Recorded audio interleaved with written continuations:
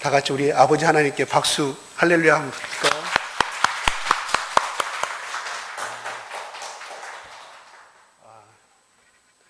저는 하나님 앞에 진실되게 말하지만, 고백하지만 이 주일날에 항상 기다려집니다.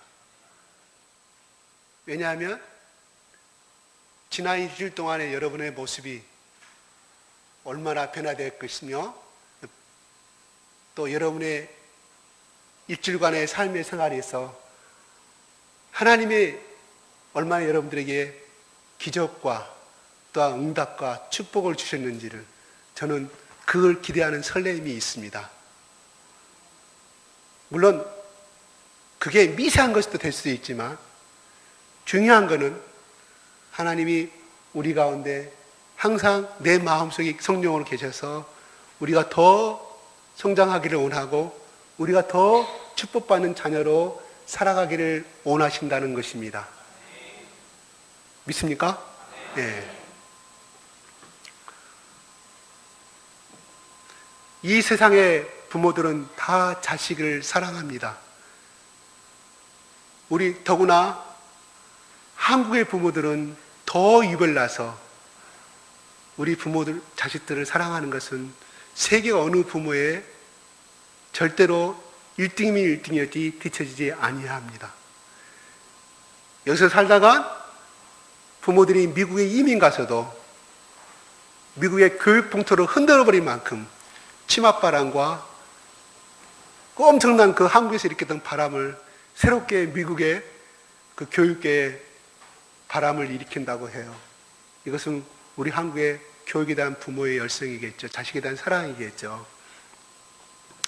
근데 부모가 자식을 사랑한다고 하지만 결국은 내가 가지고 있는 어떤 욕심, 내가 생전에 이루지 못한 어떤 꿈을, 자기 중심적인 생각, 자기 이기적인 생각을 갖다가 자녀들에게 주입시키면서 살아갈 때가 참으로 많이 있습니다.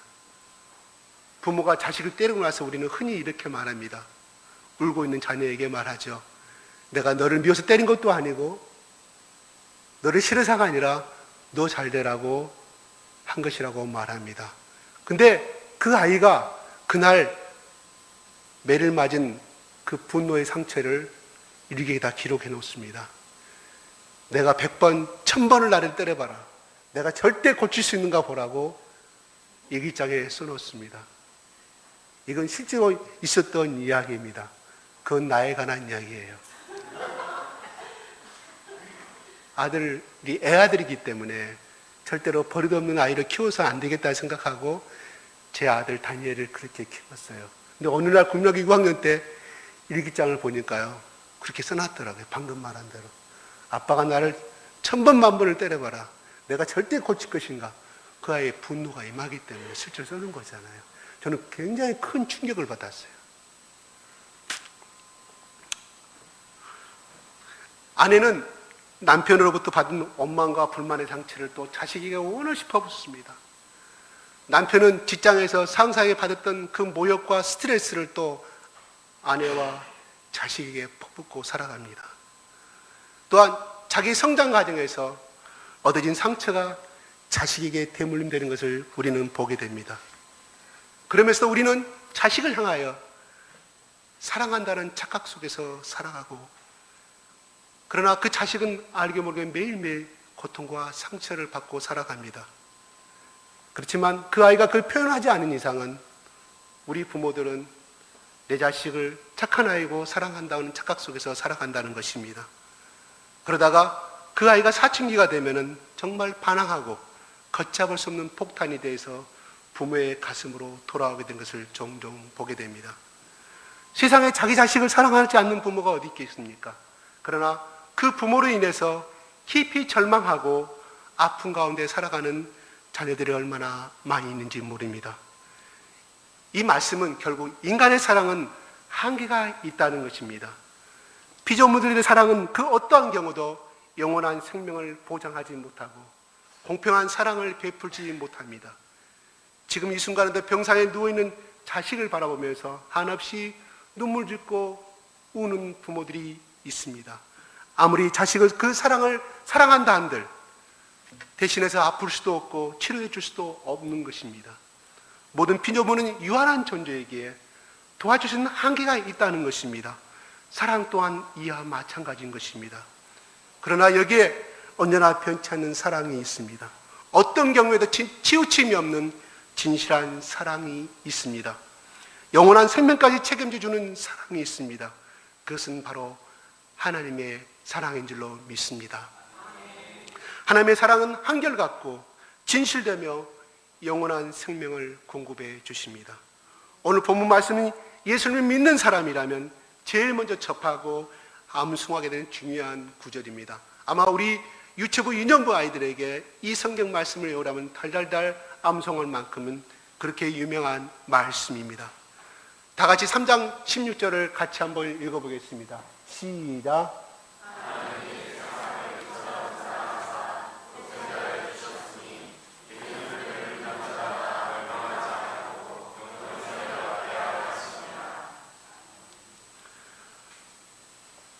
이 말씀은 인류를 구원하시기 위한 하나님의 놀라운 구원의 계획의 선포입니다. 오늘 3장 16절 말씀은 복음서의 복음이라고 흔히들 말합니다. 그리고 신구약을 통틀어서 가장 핵심적인, 그래서 신구약을 통틀어서 표현한다고 하면 이 요한복음 3장 16절로 대표한다고 학자들은 말하고 있습니다. 제 많은 인생을 살던 우리들이 어떻게 거룩하신 하나님을 아버지라고 부를 수 있습니까? 불순종의 자녀요 마귀의 종로로 했던 우리들이 어떻게 그 왕 같은 거룩하신 그 하나님의 자녀가 되었습니까? 욕망의 노예로 또한 거짓과 불의의 가운데 살던 우리들이 어떻게 그 옛사람의 모습을 벗어버리고 비록 부족하지만 지금은 진리의 삶으로 나아가게 되었습니까? 땅의 것을 바라보고 우리들이 어떻게 흠없고 한 점 부끄러움 없는 깨끗한 자만이 갈 수 있는 그 하늘나라를 소망하며 살아가게 되었습니까? 대답은 오직 하나, 하나님의 놀라운 사랑 때문이라고 말할 수밖에 없습니다. 하나님의 그 사랑이 아니었다면 우리가 어찌 이 자리에, 이 시간에 올 수 있었을까요? 그렇다면 하나님께서 우리에게 베풀어 주신 사랑은 구체적으로 어떤 것입니까? 하나님이 세상을 이처럼 사랑하사 독생자를 주셨으니, 이 말씀 그대로 해석하면 하나님의 사랑은 당신의 독생자를 주시기까지 우리를 사랑하시고 있다는 것입니다.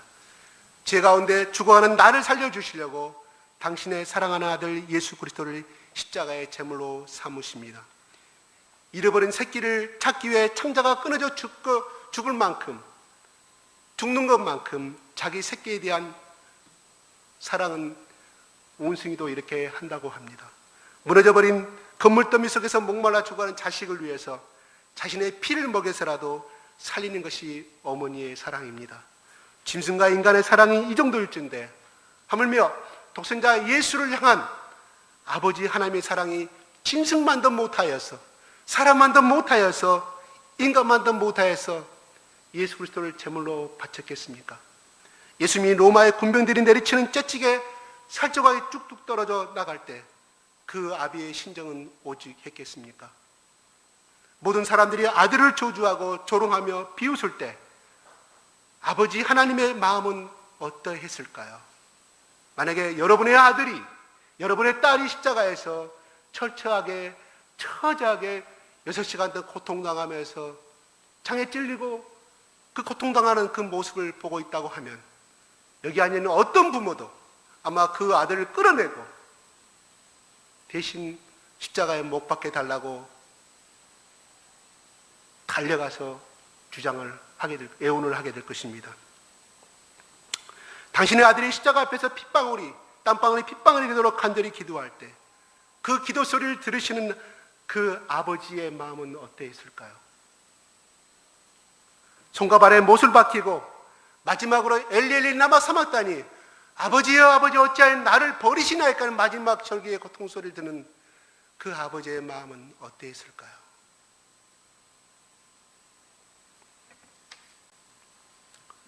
절기하며 부르짖는 당신의 아들을 바라보시며 침묵할 수밖에 없는 아버지 하나님의 마음이 이해가 되십니까? 그 아픔과 고통은 창자가 찢어지고 심장이 터지는 가장 힘든 고통의 순간이었습니다. 어릴 때 어린 애들 자녀를 키우면서 어린 자녀를 잃어버린 부모님도 계실 것입니다.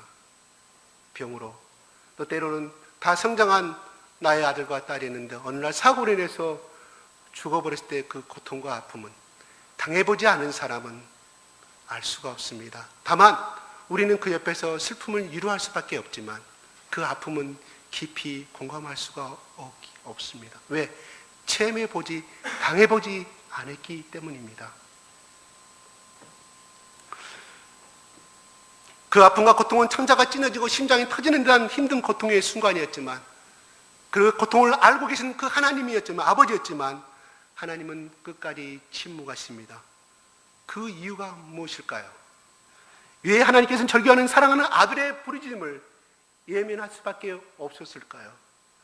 예수 그리스도의 속죄의 죽음만이 죄 많은 인류를, 죄 많은 나를 구원하시기 위한 유일한 방법이었기 때문입니다. 하나님께서는 죄 많은 나를 포기하지 않으시고 정말 한 점 흠없고 순결하고 자기 유일하게 사랑하는 독생자 예수 그리스도를 포기해버리고 말았습니다.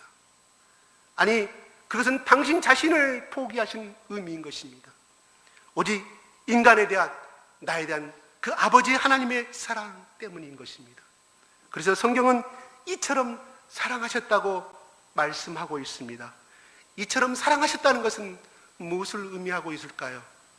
여기에는 두 가지 의미가 있습니다. 하나는 이와 같은 방법으로라는 뜻입니다. 구약에서 하나님께서 짐승을 잡아 피를 뿌림으로 백성의 죄를 사하십니다. 그러나 제사의 방법은 유한한 속죄이고 용서의 방법이었습니다. 제사를 드린 자만이 죄를 용서받을 수 있는 제한적인 것이었습니다. 그래서 하나님은 당신의 아들을 속죄의 제물로, 용서의 제물로 삼으신 것입니다. 예수님은 유월절 양같이 제물로 삼으셔서 십자가에 매달게 하십니다. 짐승의 피는 불완전한 속죄이지만 예수님의 보혈은 온전한 속죄입니다. 예수님의 보혈은 온 인류의 죄를 속하고도 남는 능력의 피입니다. 그 보혈에 당기기만 하면 아무리 추하고 악독한 죄인이라도 용서받고 구원받습니다. 예수 그리스도의 십자가의 보혈은 무엇보다 더 시커멓고 추악한 나의 죄를 흰눈같이 깨끗이 만듭니다. 보혈을 지나 아버지 품으로 나오는 자는 누구나 죄를 용서받고 하나님의 자녀가 되는 권세를 누리게 됩니다. 이 방법 외에는 그 어떤 방법으로도 하나님의 거룩한 자녀로 구원받을 수 없는 것입니다. 다른 하나는 이만큼이라는 정도를 나타냅니다. 하나님께 독생자의 십자가의 제물로 삼으실 만큼 우리를 사랑하십니다. 부모가 자녀에게 묻습니다.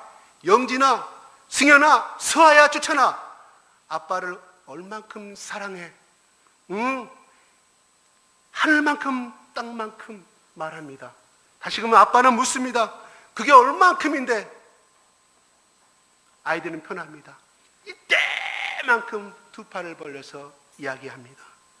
그것은 자녀가 표현할 수 있는 가장 큰 사랑의 모습입니다. 이처럼 사랑하사는 바로 하나님 아버지 사랑이 가장 큰 표현인 것입니다. 하나님 우리를 이만큼 사랑하셨기에 당신의 아들 예수 그리스도를 우리에게 주셨습니다. 예수님 또한 우리를 이만큼 사랑하셨기에 나를 위해 십자가의 죽음을 기꺼이 받으셨다는 사실입니다. 십자가는 인류를 향한 하나님 사랑의 최고의 봉입니다. 십자가는 나를 향하신 사랑의 결정체입니다. 그 십자가의 이만큼의 사랑으로 나를 하나님의 자녀로 만드시고 영생을 주십니다. 그렇다면 이제 이만큼의 하나님의 사랑을 누리고 그 사랑 가운데 살고 있다면 이제는 그 놀라운 십자가의 사랑을 누군가에게 나누고 베풀어 주어야 하지 않을까요? 내 입술의 고백만으로 사랑하는 것이 아니라 삶을 통해서 그 사랑을 보여줘야 하지 않을까 생각해 봅니다. 내가 아무리 십자가의 고난을 기억하고 해상한다 할지라도 내 머릿속에 간직하는 그 피상적인 십자가라 하면 거기에는 어떤 능력도 나타날 수가 없습니다. 내가 받은 이만큼의 사랑을 이제는 나의 이웃들과 함께 나눌 때 진정한 십자가의 사랑은 놀라운 기적을 나타낼 것입니다. 따라서 내가 십자가를 지고 주님을 따른다는 것은 단순히 금식을 하고 그 육체의 고통을 느끼는 소극적인 차원이 아니라 좀 더 적극적으로 하나님의 사랑을, 예수님의 십자가라는 사랑을 함께 나누는 것입니다. 그것은 무조건적으로 베풀어 주시는 십자가의 사랑 안에 놀라운 기적이 일어나게 될 것입니다. 생명은 살리는 은혜가 주어질 것입니다. 미국의 어느 병원에서 있었던 이야기입니다. 병원의 의사도 포기했고 부모도 그 아이를 포기해버린 무서운 중병의 선고를 받게 됩니다. 가족들도 이제는 죽음을 준비해야 될 마음의 자세를 가지고 기다리고 있었습니다. 그런데 이 병원에 나이 많은 한 간호사가 확신에 찬 소리로 이렇게 고백합니다. 이 아이는 고칠 수가 있습니다. 앞으로 이 아이가 커서 훌륭한 미국 시민이 돼서 봉사하게 될 것입니다. 이 말을 들은 부모와 모든 의료진들은 믿지 않았습니다. 그날부터 이 노 간호사는 죽음을 앞둔 이 어린 생명을 돌보는 일에 모든 시간과 정성을 바치게 됩니다. 그날부터 이 간호사는 그날부터 이 아이는 이 노 간호사는 매일 목욕을 시키고 피부와 피부를 접촉하면서 따뜻한 사랑을, 의식불명에 빠진 이 아이에게 따뜻한 사랑을 전합니다. 새 옷을 입혀주고 반응 없는 대화를 계속하게 됩니다. 그리고 찬송가를 불러주고 성경을 읽어줍니다. 그리고 손을 잡고 간절히 기도해줍니다. 볼을 맞대고 사랑의 뽀뽀를 하게 됩니다. 그러나 한 달이 지나도, 두 달이 지나도, 세 달이 지나도 아무런 반응이 없습니다. 주변에서는 이젠 포기하라고 말합니다. 지나가는 의사들마저 방관자의 입장에서 이 노 간호사를 조롱하게 됩니다. 어느덧 6개월 정도의 시간이 흐른 어느 날이었습니다. 이제 이 노 간호사도 육신적으로 많이 지쳐있고 몸이 지치도록 많이 지쳐버린 피곤버린 상태에서 그날도 그 아이를 품에 끌어안고 깜빡 잠이 들었습니다. 그런데 어디선가 자기 귓가에 자기가 불러주었던 찬송가 소리가 귀에 들리기 시작합니다. 깜짝 놀라 깨보니 품에 안고 있던 그 아이가 웃는 얼굴로 그 찬송가를 멜로디를 웃고 있다는 사실입니다. 이 노간호사는 이 간호사는 너무 기뻐서 한호성을 지르며 감격의 눈물을 흘립니다. 사랑하는 여러분, 이 어린 환자가 누군지 아십니까? 바로 말도 못하고 듣지도 못하고 보지도 못하는 삼중 장애를 가졌던 헬런 켈러의 실제적인 이야기입니다. 그리고 이 노고 간호사는 바로 누군지 아십니까? 바로 헬런 켈러의 위대한 스승이었던 설리번 여사였습니다. 만약에 이 노 간호사의 헌정인 사랑이 없었다고 하면 헬런 켈러는 불쌍한 생명으로 이 세상을 떠났을 것이고 남아있는 부모들의 가슴 속에는 영원한 상처로 남았을 것입니다. 이 일을 가능케 한 힘이 무엇이겠습니까? 바로 그것은 이 노 간호사의 속에 들어있는 예수 그리스도의 십자가의 사랑과 보혈이었습니다. 이 노 간호사의 포기하지 않는 사랑의 힘이 위대한 헬런 켈러를 만들었습니다. 하나님의 십자가의 이만큼의 사랑은 눈높이 사랑입니다. 가장 높은 곳에서 가장 낮은 곳으로 성육신하셔서 인간의 눈높이로 낮아지신 것입니다. 나의 모든 연약함을 온몸으로 짊어지시고 십자가에 몸을 던지십니다. 그리고 성령님을 보내주셔서 지금도 나와 함께 하신 줄로 믿습니다. 나의 연약함을 계속해서 지금도 돕고 있습니다. 사랑은 모든 사람을 변화시키는 기적을 일으키는 힘이 있습니다. 그 위대한 기적을 보여주신 자리가 바로 골고다 언덕의 사랑의 십자가여 부활입니다. 사랑은 흐르는 강물과 같다고 말합니다. 우리 몸의 병 가운데 동맥경화가 있습니다. 콜레스테롤이 높은 음식을 많이 섭취하면 동맥의 내막이 두꺼워지고 도출 현상이 일어나서 피의 흐름을 방해하게 됩니다. 피가 정상적으로 흐르지 않으면 산소와 영양 공급이 잘 되지 않아서 심근경색이나 중풍의 원인이 된다고 합니다. 내 몸 안에 있는 피가 머리에서 발끝까지 잘 흘러야 몸의 신진대사가 원활하게 이루어진다고 합니다. 모든 것은 높은 곳에서 낮은 곳으로 흐르게 되어 있는 것이 원리입니다. 흐르는 물을 뚝을 쌓아 모아놓으면 결국 썩어버린 것은 우리는 주위에서 보게 됩니다. 그러나 물이 흐르는 곳에는 모든 생명들이 살아나게 된 것을 보게 됩니다. 우리에게 주신 은혜와 축복도 이와 같다고 생각합니다. 자신만의 이기심을 위해 쌓아두신다면 결국은 써보지도 못하고 빼앗길 때가 있을 것입니다. 내게 주신 모든 것이 하나님의 것을 인정하고 베풀고 나누고 생길 때 그곳에 작은 기적이 일어나고 생명이 소생하는 기쁨을 맛보게 될 것입니다. 얼마나 많이 우리의 이웃들과 함께 나눌 수 있는 자가 그 사람의 인격이요 영향력이라고 생각합니다. 주는 자가 받는 자보다 복이 있다고 성경은 말합니다. 내게 받은 이만큼의 사랑을 우리의 이웃과 나의 이웃과 나눠보지 않겠습니까? 그 속에 아름다운 은혜 사랑의 꽃이 피어나게 될 것입니다. 그렇습니다. 사랑은 흐르는 것입니다. 내 안에 머물지 않고 계속해서 누군가를 향해 흘러가는 것입니다. 흐르는 작은 물이 모이면 시내가 되고 강이 되고 나중에는 큰 바다가 되어가는 것이 자연의 이치입니다. 한 주간 동안만이라도 주님의 이만큼의 사랑을 배우고 함께 나눌 수 있기를 바랍니다. 우리에게 향하신 하나님의 이만큼의 사랑이 우리를 통하여 더 큰 사랑의 강물이 되어 흘렀으면 좋겠습니다. 그래야 우리 모든 가족이 사랑의 바다에서 함께 기뻐하며 함께 즐거워하는 아름다운 세상을 꿈꾸며 이루어갈 수 있기를 축복합니다. 하나님 오늘도 우리 모두를 이때만큼 사랑합니다. 기도하겠습니다.